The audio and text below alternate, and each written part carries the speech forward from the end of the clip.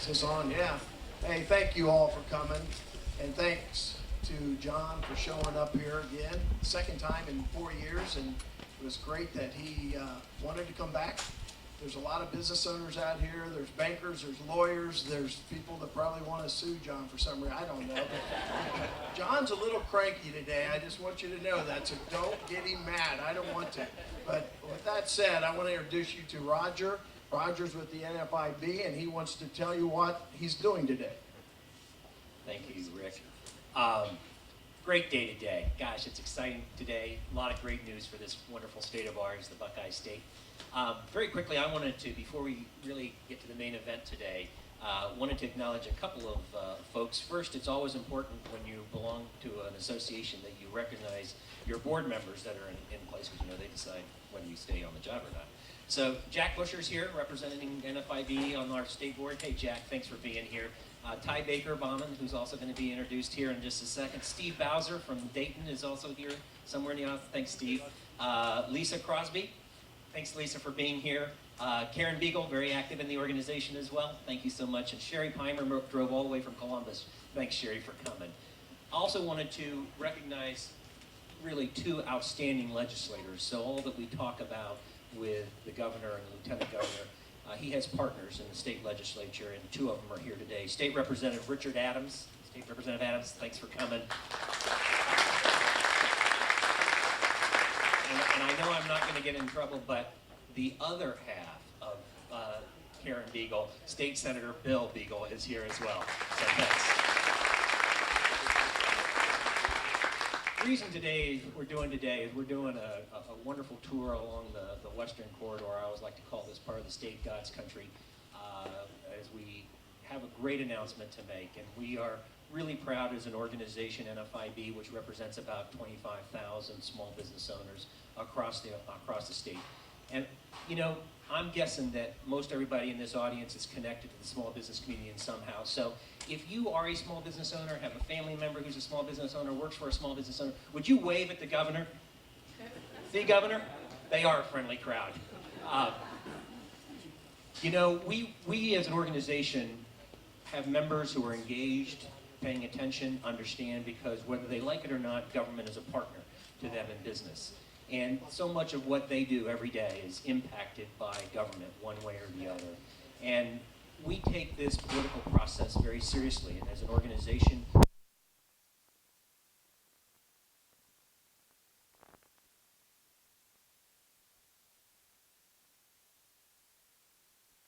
look across the table eye to eye to fellow small business owners and answer tough questions.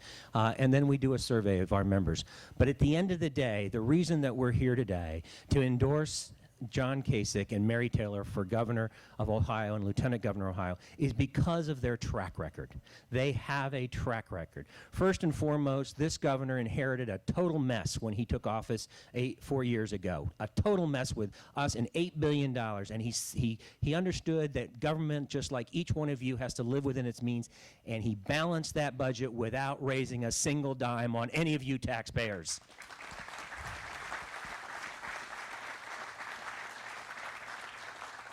Immediately, this governor took to task, recognizing that government regulations, particularly when they're unnecessary, overbearing, extremely costly with no cost-benefit analysis, this governor put his lieutenant governor in charge of common sense reform initiatives.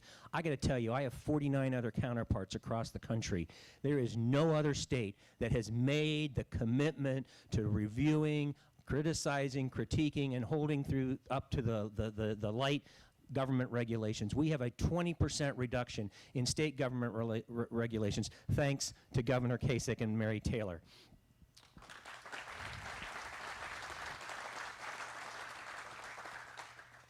Two other areas that clearly he understands what it means to be an entrepreneur in this state that are critical to us. Number one is this governor's commitment to reducing the income tax. There is no more important tax to small business owners. If you're a subchapter S, a partnership, if you are a pass-through entity, and there are 1 million small businesses in this state who pay their business tax through their income tax. This isn't about helping the rich. This is about helping small, individual, family-run businesses, because their tax, the most important tax they pay, is the income tax. And this governor has been absolutely committed to reducing that to the lowest level possible. A 10% reduction for every taxpayer in this state, a 50% on the first $250,000 reduction in business taxes for pass-through entities. Let me tell you, folks, that's billions of dollars back into the economies of this community and in all 88 counties. Governor, we want to thank you for your commitment to reducing the income tax.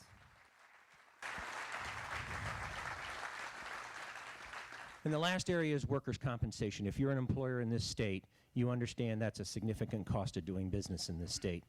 And this governor understands that the first and most important thing that state government can do is run a very efficient Bureau of Workers' Compensation.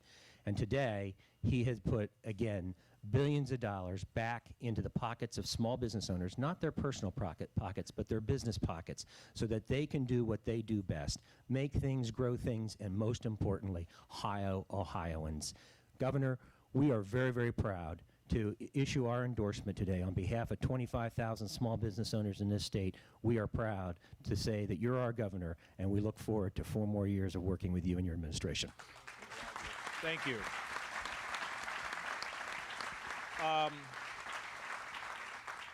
You know, I'm first of all, I'm sorry we were late. If it hadn't been Clinton, you'd have waited 2 more hours, or maybe you wouldn't have waited. I don't know. But so sorry you had to wait. We're actually taking a tour and talking about some of the major issues in the back. You know, I think Americans by and large today have become understandably more and more cynical about politics and politicians, okay? I get it. I largely agree with you on the fact that we get frustrated that there's too much kind of nonsense that goes on, whether it's partisanship, whether it's an unwillingness to confront the toughest issues. You know, I used to be a congressman. Don't hold that against me. But I was there for 18 years, and it was a different time. I had spent 10 years of my life working to try to balance the federal budget. And when I was putting programs forward, it wasn't just against people on the other side, and it wasn't just against people on my own side, but it was what I thought we should do to try to get our fiscal house in order in the country. In 1997, after 10 long years, we reached an agreement. The Republican Congress, Bill Clinton, and I was one of the chief architects of that balanced budget proposal. And it gave us a balanced budget. Do you remember this? It happened in '97. We paid down the largest amount of the publicly held debt. We were running surpluses in the trillions. And then a group of us left. And I remember getting back home to Columbus, and one of my friends said, "John, now that you and all your buddies have left, this thing's going to go downhill." And I thought, there's no way. You can't have trillions of surplus and then not be, I mean, how can you blow that? Well, unfortunately, my friend was right, because it was all frittered away, and now we see where we are. Why does that happen? I think it happens because, I mean, there's a lot of different reasons why it happens, but one of the reasons why it happens is that Representative Heinl, could you give him a round of applause? He just walked in. So one of the reasons why it happens is because that old adage in life, the squeaky wheel gets the grease.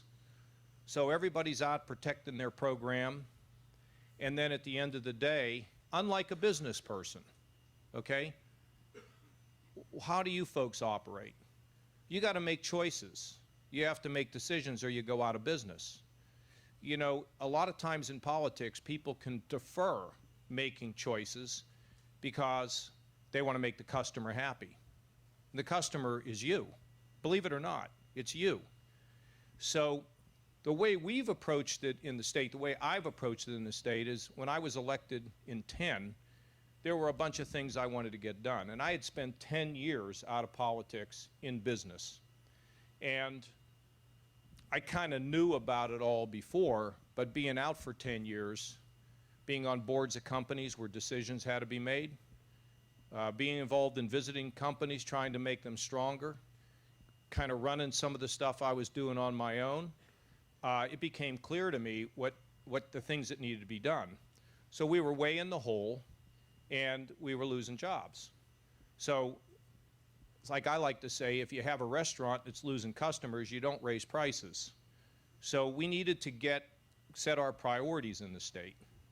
Now, one of the things you have to do when you're in a position like this, and in some respects I actually functioned as an executive, as the Budget Committee chairman in Washington, but one of the things you have to do is you can have no favorites. You got to just look at a problem and you got to try to fix it. Because if you can look at it and you can fix it and you don't have like favorite sons and daughters, then people can accept the decisions that you make. And we could not have raised taxes. That would have made us even less enviable as part of this great United States. So we didn't raise taxes, we cut taxes. We killed the death tax, where you now can pass your business on to the next generation. I think that's really a great thing. That was something we wanted to do for many years, and we got it done with the help of my friends in the legislature. Let me say that one more time. We got to kill the death tax, okay? If you're not enthusiastic about it, we could just put it back in again. Because there's some people in government that would like me to. Right there is one of the issues we have. The legislature is not hungry to cut taxes. The Republican legislature is not really hungry to do it. You know why? Could you take a guess why? What do you think? Well, you wouldn't be able to guess, so let me just answer it for you. When we do a capital bill and we spend money on stuff, people walk up to Dick and say, "Great guy for funding our art gallery." But when you cut people's taxes, the impact of the tax cuts usually don't come until later. And you know what we're all into today in America? We're into immediate gratification.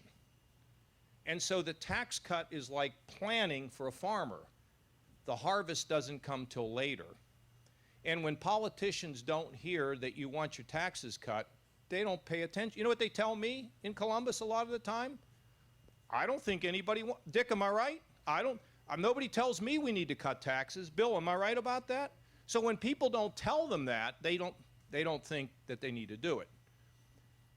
I'm going to do it whether they get it or not, and I got to rally you to support this. Now, what we've tried to do in our state is look at a problem and go and fix it. So we've cut that death tax, we cut the income tax, and we've given a lot of tax relief to small business. And one thing that Roger left out was the $1 billion refund on workers' comp. I hope you told your spouse about that refund. Don't put it in your pocket without sharing it with your family. And these are all things that were designed for you to create jobs. And we have to keep going. The business regulation, it probably drives you crazier than the taxes, because that's where you say, why are they hassling me? So we've tried to adopt an attitude that for a job creator, we're going to treat you with respect in the process of having regulations. And because we have to have some regulations. You can't have no regulations. People get hurt. It doesn't make any sense, and it undermines everything. But let's not be hassling people. Let's work with them to come up with a common sense resolution to these problems. And now we're in the business of training workers. We're going to bring vocational education down to the 7th grade. And we're starting to tell people that if you're in manufacturing, that's okay, mom and dad. It's a sustainable job and a sustainable business. It's different today.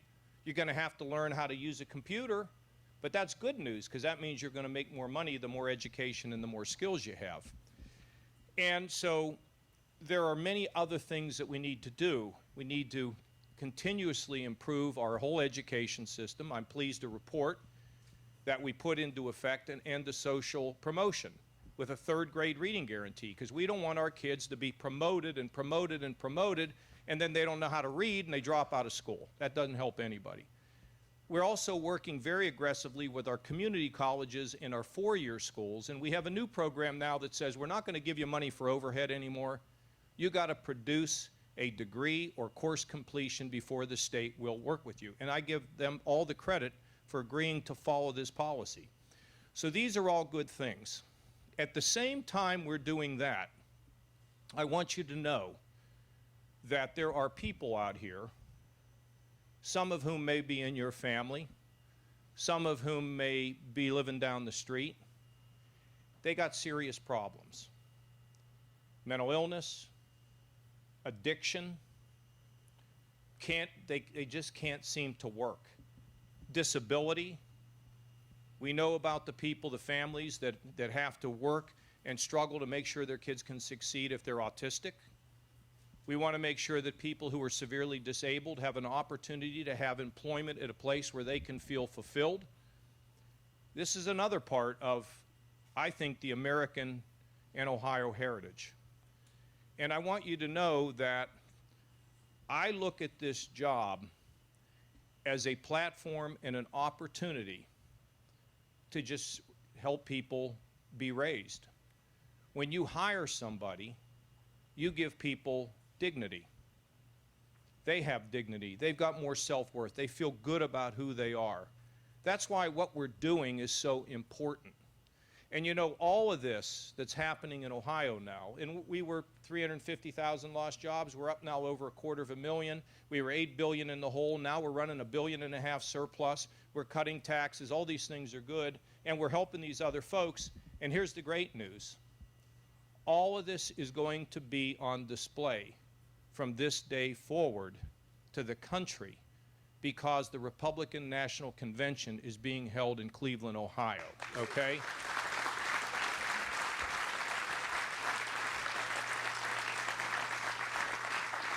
I'll tell you how I feel about this as I have watched things. You know, I remember when I first came to Ohio, you know, we were really kind of on top of the heap. I'm not going to tell you how long ago, I'll make you guess.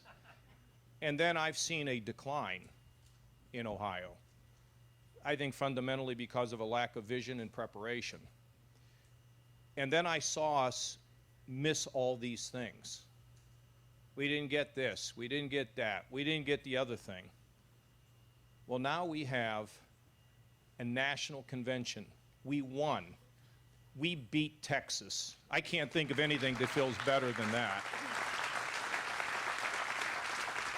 And so the NFIB endorsement means a lot to me personally.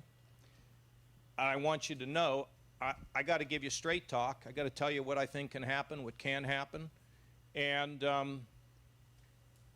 but I want you to think I'm on your side. I want you to know I'm on your side. So I'm not looking for anything else. I'm looking to do this job and go back to that beautiful private sector. I'm really looking forward to those days. It will be fantastic. So we have a good panel here today. I get to ask the questions of the panel. As some of you may know, and for those who don't know, you should realize that I was once a very big and important television star on Fox News, okay? And so I'm highly skilled at this. I know how to do this. So the first thing I'm going to do is go to Rick, because this is his place. And he's had a lot of changes over the last 3.5 years, and I thought what he might be able to do is to kind of talk about how he's been able to grow, why he's been able to grow. And then, of course, we're going to hear from these two fine ladies. I'm the father of twin girls, so we want more women entrepreneurs, more women success stories. So, Rick, talk about your company. Well, 4 years ago when you came here, John, we were, it was a bad time. It was slow, and we decided it was time to put some investment in. We've spent, since you were here, around $7 million in assets. We got more into the digital, and we doubled our capacity in the RFID. Radio frequency identification is a growing business. It's going to go on garments all over the country, all over the world. Matter of fact, one of the companies we deal with ships to places, Bangladesh, India, you know, South America, every place, and then they take these labels and they write to those labels whatever it is they want on the chip, and then they put them on the garments. So we're doing numerous customers, and we're talking quantities up of 3, 4, 500 million tags for some of these customers. So they're huge quantities.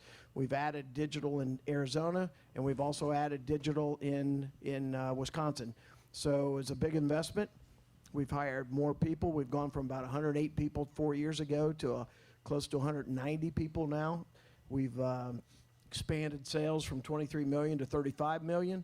So we feel like, and it's all because of John, everything he did. Now, I did want to say, you know, 4 years ago when you were here, you weren't governor, and you became governor. So now you came back, so I don't think there's any problem with you becoming governor the second time. And then 4 years from now, I hope you're here when you're running for president. I'll give you my wife's cell phone number, and then, Rick, hire a bodyguard. All right.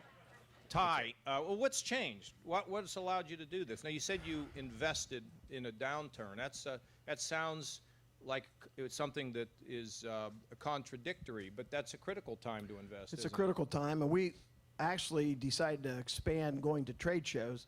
We go to about 15 to 18 trade shows, anywhere from California to Florida to Baltimore, and we just came from one from New York last weekend. So, and at those trade shows, we might pick up 20, 30, 40 customers. So we monitor everything we're doing as far as every show we go, how many customers, how much money comes from them, and then we try to be more and more efficient out here. We put our trimway systems in, we've educated, we've brought in consultants, anything we can do to try to make it more efficient. Ty, why don't you talk about your business so these folks can know about you? Okay, so I own Rebsco Incorporated. We're a second-generation design-build contractor and custom fabrication company. We're in Greenville, Ohio. Business started in 1965. Our primary customer base is the commercial, aggregate, and agricultural sector. So our customers are feed mills, grain elevators, sand and gravel plants. We create, fabricate, install towers, trusses, conveyor systems, hoppers, machinery and equipment like grain legs, grain bins, and that kind of thing. So Well, that's who what we started do. the business? That was started by my father And in the then, family room of our house in 1965. The building, we moved to our current physical property in 1967, built that building ourselves, and then in 1992 built the building that we have now, which includes a very large fabrication facility. And how's business? We have been blessed because one of the market sectors that probably survived the best during the recession was the agricultural industry. And I think, especially listening to Rick, I would think that it's important for people to consider how many small businesses actually play in the global marketplace. You know, my business doesn't necessarily send things all over the world, but my customers do. And what happens in Brazil affects what my customers can do or can't do in terms of their investments, in terms of their growth and development. So having a state to work in that provides stability for us so that we can take advantage of those opportunities is very important to us. Well, you know, the other thing is Ty, I think one of the things we have to think about is, you know, that whole supply chain. So if you're located in Ohio, there's three things that we have going for us: location, location, and location. And one of the things we have to do as a state is that you have to think about the opportunities that are out there, because I believe economic development, look, we have a lot of things that'll fly in and we'll get them and we'll work them. And a good one is Abbott Labs. I found out that Abbott was going to Indiana. I called the guy up and said, hey, let us put in a proposal, and within 48 hours we'd won it. But it usually doesn't happen that way. It has to come from the bottom up. And so we need to hear the kinds of things that will help you, like, can we get this company, or can we be part of this supply chain, or whatever. That's part of how this can work. But our location allows people from places like Brazil or Argentina or wherever to be able to have access to the North American market, and we think that's really important. It is very important. And I would also say, from our personal perspective as a business, you know, we work in the state of Ohio, but we work all around as well. And one of the things that we've been able to be very competitive with, because the state has become so much more stable in the last 4 years, is we're now able to go to Virginia, to North Carolina, to Nebraska, and be competitive with our work in those states because we have been able to rely on more stability in this state for our overhead costs, which makes a big difference. Karen, I'm going to go to you, but I have to tell you, I had a friend from Mississippi. He was a Democrat. He came into our budget committee, and I invited him in to help us write the budget. He switched to be a Republican later in life, and I was building a house, and I had to put a driveway in. It was about 1/8 of a mile, and I had to put gravel on it, and it's one of the best lessons I've ever learned in my life. This guy's name was Mike Parker. He owned funeral homes and gravel pits, and I said to him one day, I said, Mike, he was a Mississippi guy, I said, Mike, I mean, this gravel costs so much money, I can't believe it. And he said, son, he started every sentence with son. Son, let me explain something to you. There's a lot of things that are dirt cheap. Dirt ain't one of them. I've never forgotten that advice. Karen, okay, so tell us about your business. So I assume you live with Bill. We do, yes. Okay, you live together. So I want you to tell us about your business. I want you to tell us what drives you crazy. I've heard enough from Rick about what drives him crazy, but I want to hear what drives you crazy. Well, Bill will probably tell you there's a lot of things that drive me crazy, but in terms of the business and stuff, my story is a little similar to Ty. We're a second-generation business owner. My father started the company. We custom design and manufacture electronic sensing and control devices for the military and aerospace industry. So different market, but kind of the same startup from a small little shop and some rented space to where we are now with about 30,000 square feet. So. And you're the CEO. That's correct. So my father retired 20 years ago. So That's been in charge since fantastic. then. Why don't you keep Bill in the legislature so he doesn't come back to where you are and mess things up? I think that, well, I think that would make a lot of sense. We kind of miss him at home, so. Okay, all right. We're hoping he has one more term, right. but then it would be nice to have All him right. back. So Karen, what is it that drives you crazy? Probably the biggest thing in terms of business things would be regulations and dealing with the government regulations. And in particular at the federal government level, I think the state, you talked about the state and the great work the state has done with the Well, I'm common sure sense we still got initiatives. things that are they're goofy out there, and we need to know.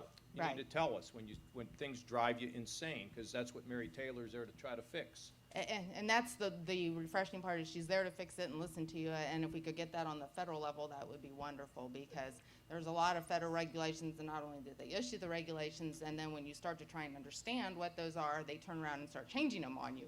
So it becomes an impossible task of trying to stay on top of the rule was this today, but now it's this, and tomorrow it's going to be something different. And how do you possibly comply with things that are always shifting and changing? Are you getting help out of Wright-Patterson?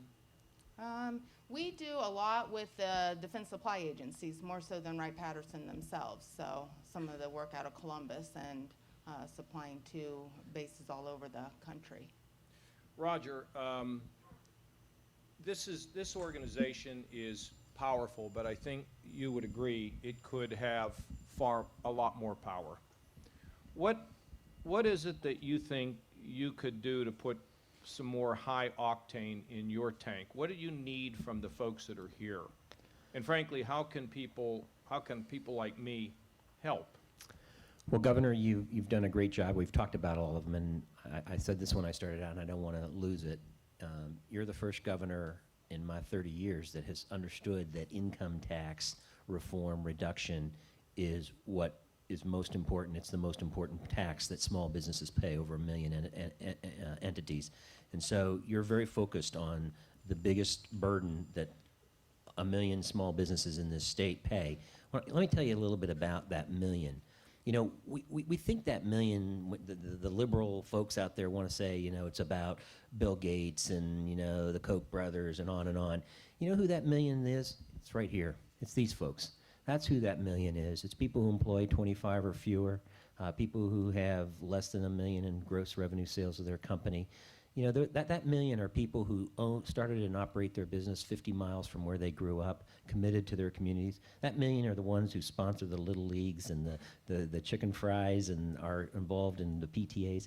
That's also who's employing Ohioans. So that's who we're talking about, not the guys that I mentioned earlier. Governor, you mentioned the organization. You know what the biggest change I've seen in our organization, and we have two of them here, Representative Hennedy and Representative Bill Beagle. When I came 30 years ago, there were 2 NFIB members in the Ohio General Assembly. Today there are 34 out of 132 legislators. You know what that's telling me? That's telling me that the business community is getting engaged and they're becoming involved. And I'm sure I'm looking around the room here, and the plea I make is these guys don't want to be career politicians. They want to go back into their business and run their business. So somebody else from the business community needs to step up behind. And what I'm really encouraged about is the fact that Ohio's small business community is really getting engaged. They're finding good people to run for public office, and they're helping and supporting and backing those people for running. So, Governor, anytime we can get somebody into the legislature who understands a balance sheet, my job's a lot easier. Yeah, maybe we ought to have a 34-member NFIB caucus where we could talk these issues through. I think it'd be really a good idea to be able to do that. Okay, so Rick, let me ask you this, because Rick is frustrated about a lot of things, getting sued. He's talking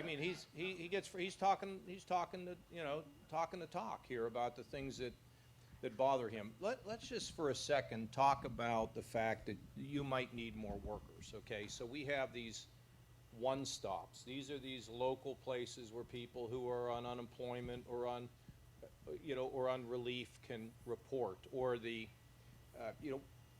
what do you find when you got to hire somebody? How difficult is it? How do you think it could be fixed? I take it many of you have the problem of getting people. How many of you are having trouble getting good employees? Yeah. Okay. Well, we have a lot of good employees that work here, but my brother Tony, who's president of the company now, we just recently put an ad in, Monster, Jobs Ohio. We went to Dayton Paper. How about Ohio Means Jobs? Have you been on that? That's our website. Yes, my plant manager Gary's been on that. Where's Gary? With the glasses. Been on Ohio Means Jobs? Yep. How's it worked?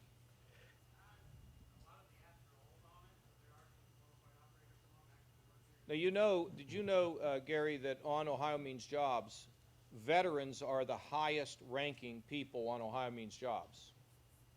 And, I mean, let me ask you your opinion.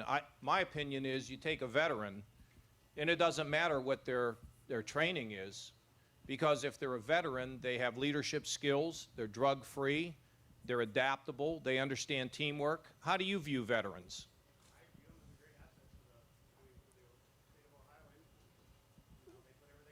Have we hired a bunch of veterans here? Because if you're having trouble getting workers, you got a whole long list of people who are veterans on Ohio Means Jobs. I haven't checked the website lately, but what do you think about that? I think it's great.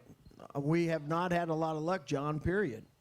We're trying to get people to run presses, and it is a skill level, but if you put them on there and they are on drugs, you can't have them on there. Right. They have to come to work in the morning and be here all day, every day, and that's a problem.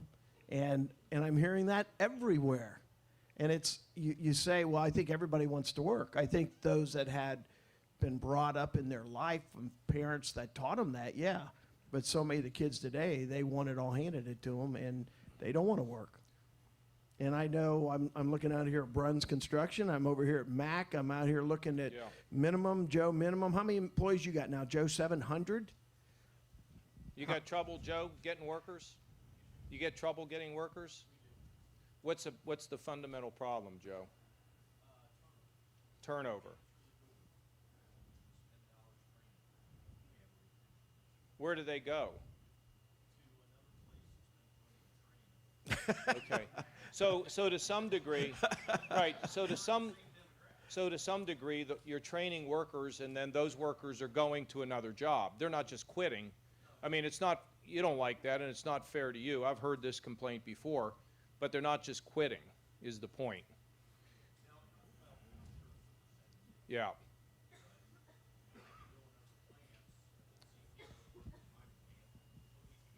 They're in another plant. Are they paying more, Joe? Have you heard of free agency in the NBA, Joe? I mean, come on. You know, people are going to go where they can get the best pay.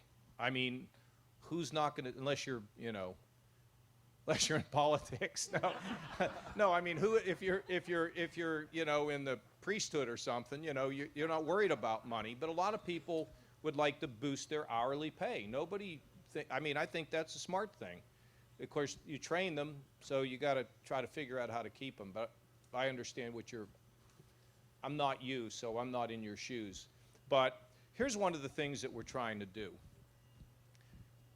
It's one thing to help people, and there are people who will never be able to work. We know that.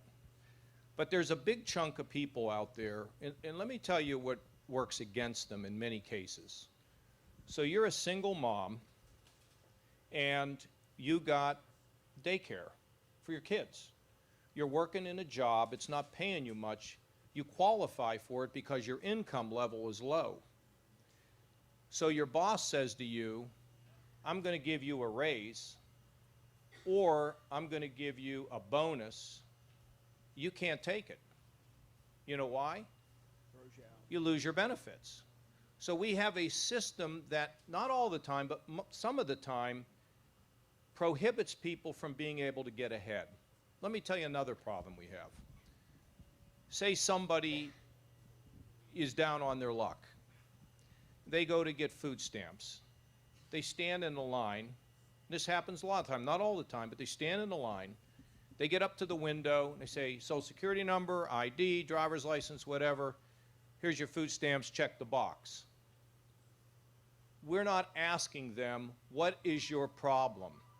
How can we help you to get out of this situation you're in? And we are now going to start trying to fix that. Now that means we got to work at the, okay?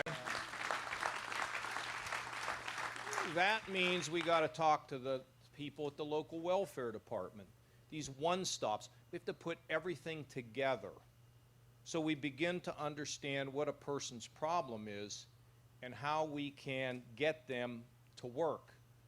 Because if they're not working, or if they're underworked, that doesn't help anybody. If they're not working, then it creates a situation where the kids are in poverty. There's just bad things that happen in so much of it. So we're looking at a more comprehensive approach to this. And I hope we can do it. And I hope what that is going to mean is that you're going to have people that are going to come in, are going to want to work. You know, right now, if you're on general relief, you have to work 30 hours a week. If you're going to work 30 hours a week, why not work for Rick and have an opportunity to move up, get a little training, get a little education? All this has to fit together.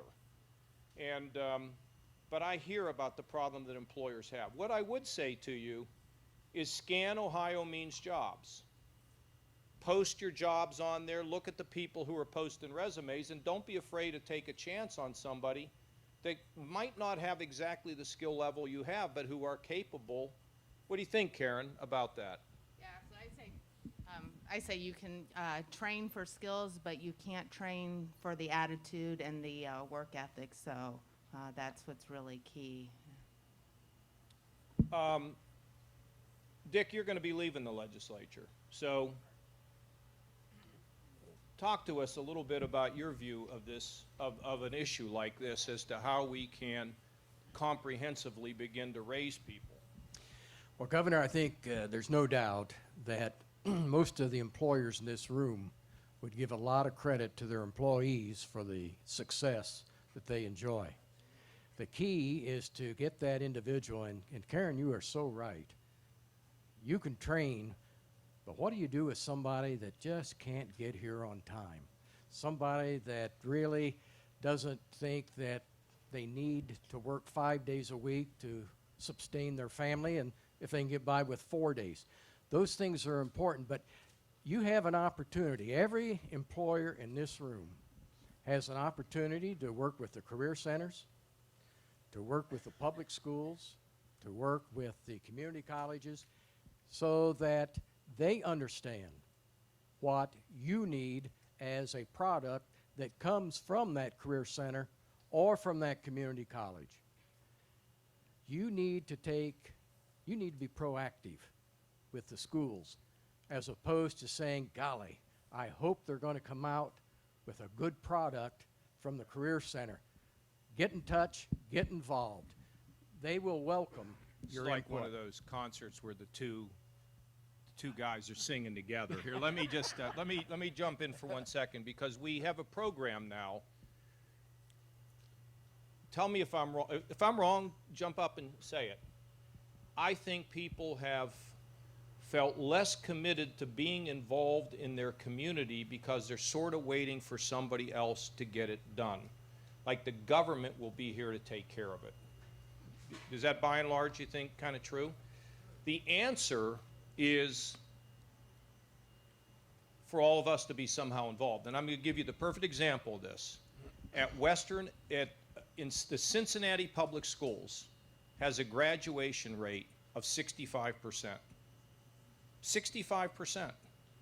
That means 35% are not getting a diploma.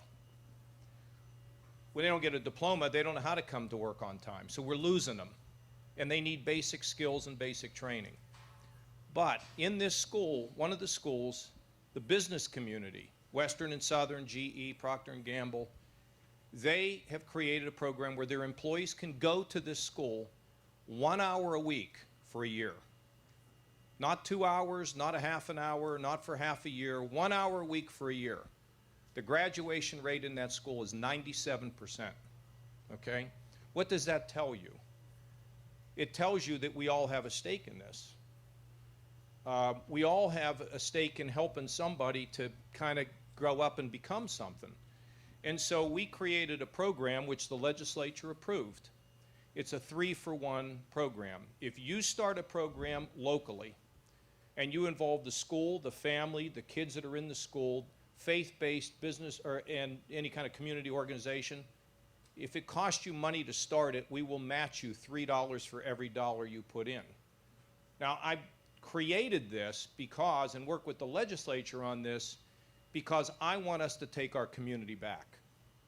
Because there's no substitute for our being involved. And that gets to the heart of some of these things that you're finding, like why can't somebody answer an alarm clock? Because they never had anybody tell them. Now, we can either walk away from them or we can dig in and say, let's save some lives.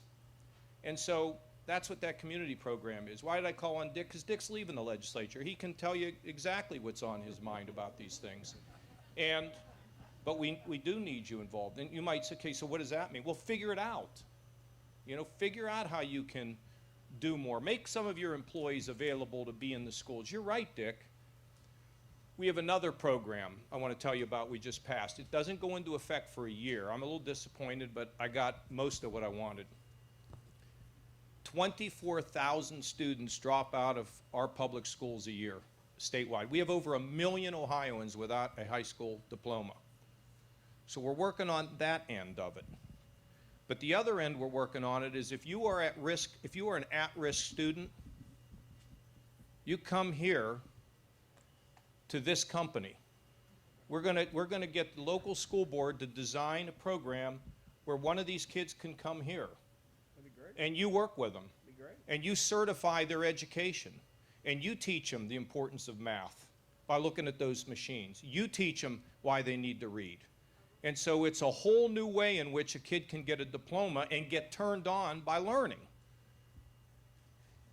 If I had any magic wand, I'd wave it, but this is the best that I can do right now. And I think these things over time will pay off for us, but it won't work without you.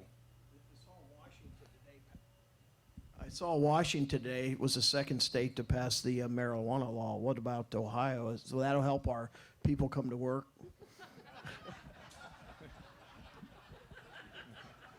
We're not passing any marijuana law.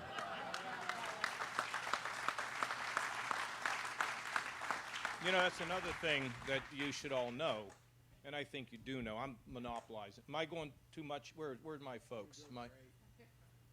Let me tell you another thing that bothers me. You know, this drug thing is real. You know this? And it's your kids. And they get into these prescription drugs, and they get themselves to go to these parties. They get addicted. Next thing you know, they can't get the prescription drugs because we've clamped down on it, and they're on heroin. And we're fighting this in a whole multiplicity of ways. But here's the reason I bring it up to you. Once you got that 100-pound weight on your back, you know how long it takes to get it off? And we have enough resources now to be able to work at this. Bill, you helped a great deal on this. We can't give up on people, and it's tough. So when you see these people who are hooked on drugs, they come in, they work a week, and then they quit. It's a mess, and it just isn't the other person. I mean, I'm giving you a lot of kind of education here about what I see sitting in this chair as the governor, and we got to get them rehabbed. You know, it could take 5, 6 times. And you know what? If it's somebody else's kid, it's 5, 6, get rid of them. But if it's your kid, it's 5, 6 times, 7 times, 8 times. I just want my kid saved. And that's the beauty of Ohio now, I have to tell you. What I'm proud of is not just the jobs. I'm proud of the fact that we're not turning our back on these really tough situations. Poverty, dropouts, disability, mentally ill. We're not going to turn our back on that. And that is one of the things that I think can be shown through the lens of the Republican National Convention as to who we are as a people. Because I think that's who we are. We don't want people to just get dependent and forget it, but we want to help people. But we got to create the jobs. If we do not have a strong economy, we can't help all these people. And that's why we can't let anything stand in our way, including name-calling, partisanship, politics, or anything else. Because when you're hiring people, Ohio is doing great. Okay? So